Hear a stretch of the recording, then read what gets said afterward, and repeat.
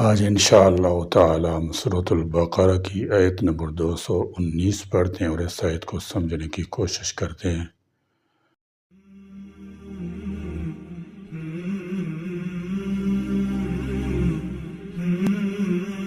اعوذ باللہ من الشیطان الرجیم، بسم اللہ الرحمن الرحیم۔ یسألونک عن الخمر والمیسر قل فيهما اسم كبير ومنافع للناس وإثمهما أكبر من نفعهما ويسألونك ماذا ينفقون قل العفو كذلك يبين الله لكم الآيات لعلكم تتفكرون۔ یسألونک، وہ پوچھتے ہیں آپ سے، عن الخمر، شراب، والمیسر، اور جوئے کے متعلق۔ قل، کہہ دیں، فیہما، ان دونوں میں، اسم، گناہ ہے، کبیر، بڑا، ومنافع، اور کچھ فائدے، للناس، لوگوں کے لیے، واسمہما، اور ان دونوں کا گناہ، اکبر، بہت بڑا ہے، من نفعہما، ان دونوں کے فائدے سے۔ وَيَسْأَلُونَكَ، اور وہ پوچھتے ہیں آپ سے، ماذا، کیا کچھ، ينفقون، وہ خرچ کریں۔ قل، آپ کہہ دیں، العفو، جو ضرورت سے زائد ہو، کذالک، اسی طرح، یبین، بیان کرتا ہے، اللہ، لکم، تمہارے لیے، الآیاتی، اپنے احکام، لعلکم، تاکہ تم، تتفکرون، غور و فکر کرو۔ فرمایا یسألونک عن الخمر والمیسر قل فیہما اسم کبیر ومنافع للناس واسمہما اکبر من نفعہما۔ وہ آپ سے شراب اور جوئے کے متعلق پوچھتے ہیں، آپ ان سے کہیے کہ ان دونوں کاموں میں بڑا گناہ ہے اور لوگوں کے لیے کچھ فائدے بھی ہیں، مگر ان کا گناہ ان کے نفع کے مقابلے میں بہت زیادہ ہے۔ بڑا گناہ تو دین کے اعتبار سے ہے، فائدوں کا تعلق دنیا سے ہے، مثلا شراب سے وقتی طور پر بدن میں چستی، مستعدی اور بعض ذہنوں میں تیزی آ جاتی ہے، جنسی قوت میں اضافہ ہو جاتا ہے، جس کے لیے اس کا استعمال عام ہوتا ہے۔ اس طرح اس کی خرید و فروخت نفع بخش کاروبار ہے۔ جوا میں بھی بعض دفعہ آدمی جیت جاتا ہے تو اس کو کچھ مال مل جاتا ہے، لیکن یہ فائدے ان نقصانات مفاسد کے مقابلے میں کوئی حیثیت نہیں رکھتے جو انسان کی عقل اور اس کے دین کو ان سے پہنچتے ہیں۔ اس لیے فرمایا کہ ان کا گناہ ان کے فائدوں سے بہت بڑا ہے۔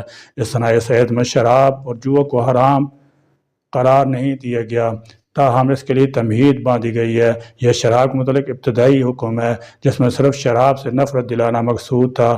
اس کے بعد دوسرے حکم میں یہ بتلایا گیا کہ نشے کی حالت میں نماز ادا کرنا منع ہے۔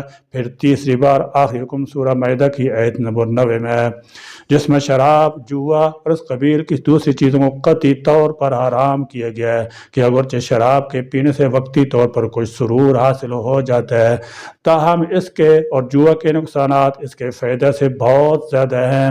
مثلا شراب پینے سے انسان کی عقل مخمور ہو جاتی ہے، یہی خرابی کئی طرح کے فتنہ و فساد کا سبب بن جاتی ہے۔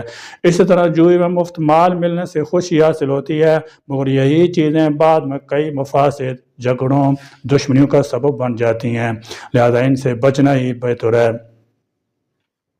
خمر نشاور چیز کو کہتے ہیں، یعنی جو کہ عقل کو ڈھانپ لے، انسان کو بھی عقل بنا دے۔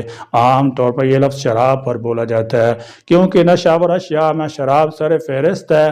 اس کے نقصانات تو واضح ہیں کہ انسان کو بے خود بنا دیتی ہے، جس میں انسان گالی گلوچ بکتا ہے، فرائض سے محروم رہ جاتا ہے، ذہن معوف ہوتا ہے، اور پھر مال کا ضیاع بھی ہے۔ اس آیت میں شراب اور جوئے کی مذمت بیان کی گئی ہے۔ جوئے اور شراب کا گناہ اس کے نفع سے زیادہ ہے۔ نفع تو یہی ہے کہ شراب سے کچھ سرور پیدا ہو جاتا ہے یا اس کی خرید و فروخت سے تجارتی فائدہ ہوتا ہے۔ جوئے میں یہ فائدہ ہے کہ اس سے کبھی مفت کا مال ہاتھ آ جاتا ہے، لیکن شراب اور جوئے کی وجہ سے ہونے والے گناہ و فسادات کا کیا شمار۔ شراب سے عقل زائل ہو جاتی ہے، غیرت حمیت کا جنازہ نکل جاتا ہے، ماں بہن بیٹی کی تمیز ختم ہو جاتی ہے، عبادت سے دل اکتا جاتا ہے، عبادت کی لذت دل سے نکل جاتی ہے، جوئے کی وجہ سے لوگوں سے دشمنیاں پیدا ہو جاتی ہیں، آدمی سب کی نظر میں ذلیل خوار ہو جاتا ہے، جوئے باز سٹے باز کے نام سے بدنام ہوتا ہے، کبھی کبھار اپنا سب مال و اسباب جوئے میں ہاتھ دیتا ہے، زندگی تباہ و برباد ہو جاتی ہے، محنت سے جی چرانا شروع ہو جاتا ہے، مفت خورا بننے کی عادت پڑ جاتی ہے وغیرہ۔ ایک روایت میں کہ جبرائیل امین علیہ السلام نے حضور پر نور صلی اللہ تعالی وسلم کی بارگاہ میں عرض کیا کہ اللہ تعالیٰ کو جعفر طیار کی 4 خصلتیں پسند ہیں۔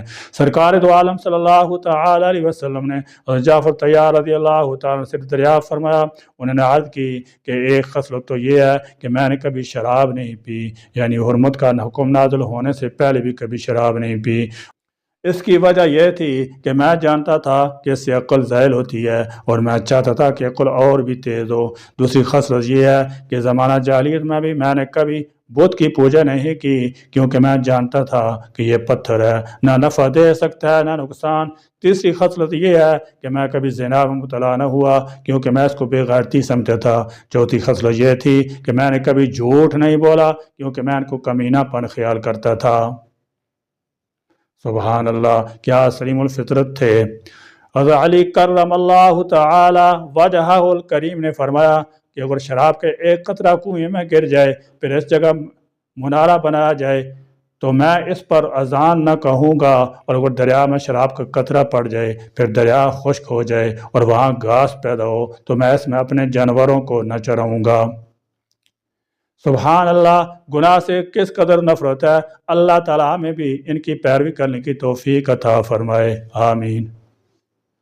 الخمری، شراب، اس کی تفسیر خود رسول اللہ صلی اللہ تعالی وسلم نے فرمائی۔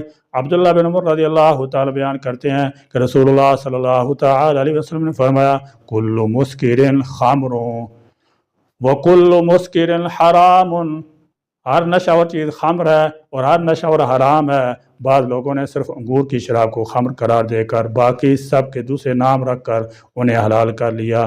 یہ لوگ رسول اللہ صلی اللہ تعالی وسلم اس حدیث کے عین مصداق ہیں کہ میری امت میں سے کچھ لوگ ایسے ہوں گے جو عورتوں کی شرمگاہوں کو اور ریشم اور خمر شراب کو اور باجوں کو حلال کر لیں گے۔ ابو مالک اشعری رضی اللہ تعالیٰ بیان کرتے ہیں کہ رسول اللہ صلی اللہ تعالیٰ علیہ وسلم نے ارشاد فرمایا، میری امت کے کچھ لوگ خمر شراب پئیں گے اور اس کا نام کچھ اور رکھ لیں گے۔ حضور صلی اللہ تعالیٰ علیہ وسلم نے ارشاد فرمایا، یعنی شراب پینے والا، پلانے والا، نچوڑنے والا، بنانے والا، اٹھا کر جانے والا، اس کو بیچنے والا، اس کی کمائی کھانے والا، سب لعنتی ہیں۔ والمیسر، جوا، یہ یسرن بمعنی سہولت سے ہے، کیونکہ جوئے میں بغیر مشقت کی دوسرے کا مال آسانی سے ہاتھ لگ جاتا ہے، اس لیے اس کو میسر کہتے ہیں۔ جوئے کی یہی خباثت ہے کہ اس میں ایک دوسرے کی یک تلفی ہوتی ہے۔ موجودہ زمانے میں گھوڑ دوڑ، لاٹری، انعامی سکیمیں وغیرہ سب جوئے کے مختلف اقسام ہیں۔ آج کل 5 سے لاٹری، بیمے، سٹے وغیرہ کے نام سے جو کاروبار ہو رہا ہے۔ اسی طرح قمار بازی کے ذریعے کوئی شخص بغیر محنت، مشقت، صنعت و تجارت یا مزدوری ملازمت دوسرے کے مال پر قبضہ کر لیتا ہے، جو مختلف ناموں سے معاشرے میں پھیلی ہوئی ہیں۔ حالانکہ ہر قسم کی قمار بازی حرام ہے۔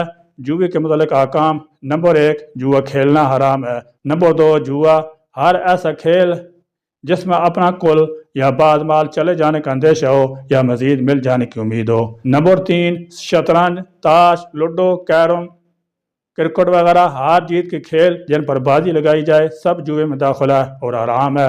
یوں نہیں کرکٹ وغیرہ میں میچ یا ایک ایک اوور پر یا ایک ایک بال پر جو رقم لگائی جاتی ہے یہ جوا ہے۔ یوں نہیں گھروں یا دفتروں میں چھوٹی موٹی باتوں پر جو اس طرح کی شرطیں لگتی ہیں کہ اگر میری بات درست نکلی تو تم کھانا کھلاؤ گے اور اگر تمہاری بات سچ نکلی تو میں کھانا کھلاؤں گا، یہ سب جوئے میں داخل ہیں۔ یوں نہیں لاٹری وغیرہ جوئے میں داخل ہے۔ آج کل موبائل پر کمپنی کو میسج کرنے پر ایک مخصوص رقم کٹتی ہے اور اس پر بھی انعامات رکھے جاتے ہیں، یہ سب جوئے میں داخل ہے۔ مطلب یہ ہے کہ اسلامی فقہ میں یہ ایک مسلم اصول ہے کہ جس چیز کا استعمال حرام ہو اس کی خرید و فروخت، تجارت اور اس سے حاصل ہونے والی آمدنی بھی حرام ہوتی ہے۔ جب اللہ اس کے رسول صلی اللہ تعالی وسلم نے کسی چیز کو حرام قرار دیا ہے تو اس کے کاروبار سے حاصل ہونے والا منافع بھی ناجائز ہو جاتا ہے۔ آگے خرچ کے متعلق سوال ہے، اس کا جواب ہے وَيَسْأَلُونَكَ مَاذَا يُنْفِقُونَ، آپ سے سوال کرتے ہیں کہ کس قدر خرچ کریں۔ یہ سوال گزشتہ سے پیوستہ درس میں بھی آ چکا ہے، وہاں پر اس کا جواب دیا گیا تھا کہ فلاں فلاں مد پر خرچ کریں، اور اس آیت کے جواب میں قُلِ الْعَفْوَ، آپ کہہ دیجئے جو اپنی ضرورت سے زائد ہے وہ خرچ کریں۔ گویا اس سوال کا تعلق خرچ کی مقدار سے ہے۔ یہاں یہ ضمنی سوال پیدا ہوتا ہے کہ حاجت سے زائد سب کچھ خرچ کر دینا فرض، واجب وغیرہ کی کس مد میں آئے گا؟ تو اس کا جواب یہ ہے کہ خرچ جس مد کے لیے کیا جائے گا اس کا شمار اسی میں ہوگا۔ مثلا اگر زکوٰۃ ادا کی گئی تو اس مد کا خرچ کرنا فرض ہوگا، اور صدقہ فطر ادا کیا یا کسی اور واجب پر خرچ کیا ہوگا تو واجب شمار ہوگا۔ اسی طرح نفلی امور کا خرچ نفل شمار ہوگا، اور کسی مباح کام میں خرچ کیا گیا تو ایسا خرچ بھی مباح ہوگا۔ اگر میں ثواب کی نیت ہے تو خرچ کنندہ کو ثواب حاصل ہوگا، برخلاف اس کے اگر کسی معصیت والے کام پر خرچ کر دیا ہے تو ایسا خرچ حرام شمار ہوگا۔ اور کسی مباح کام پر خرچ کیا اور ثواب کی نیت نہیں کی تو ایسا خرچ جائز تصور ہوگا۔ بہرحال اس سے ایک بات کی وضاحت ہوتی ہے کہ اپنی ضرورت کو مقدم رکھتے ہوئے اس سے زائد مال کو خرچ کرو۔ اگر خود اپنے لیے اپنے بال بچوں کی جائز ضروریات موجود ہیں، ان ضروریات کو پورا کرنے کے بعد کچھ نہیں بچتا تو مت خرچ کرو۔ پہلے اپنی ضروریات پوری کرو، اپنی ضروریات کو پس پش ڈال کر تلفی نہ کرو۔ ہاں بعض خاص شخصیات ہیں جیسے صدیق اکبر رضی اللہ تعالیٰ عنہ جن میں صبر کا مادہ بدرجہ تم موجود ہے، تو ایسے شخص اللہ تعالیٰ کی راہ میں سب کچھ قربان کر سکتے ہیں۔ مگر جو شخص صبر کے اس مرتبہ پر فائز نہ ہو اس سے اپنی ضروریات کو مقدم رکھنا ہوگا۔ ابتدائی اسلام حاجت سے زائد مال خرچ کرنے کا حکم دیا گیا۔ صحابہ کرام رضی اللہ تعالی عنہم اپنے مال میں سے اپنی ضرورت کی مقدار لے کر باقی سب رائے خدا میں خرچ کر دیتے تھے۔ یہ حکم اگر بطور فرض کے تھا تو زکوٰۃ کا حکم نازل ہونے سے منسوخ ہو گیا، اور اگر نفلی حکم تھا تو آج بھی مستحب کے طور پر باقی ہے۔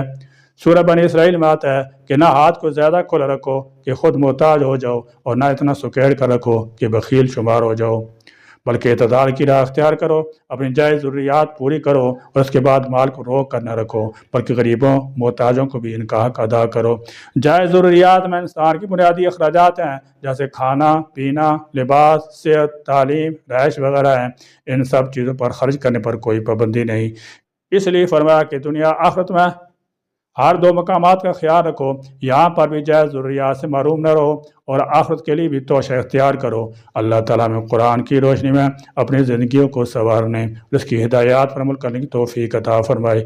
آمین۔ وآخر دعوانا الحمد للہ رب العالمین۔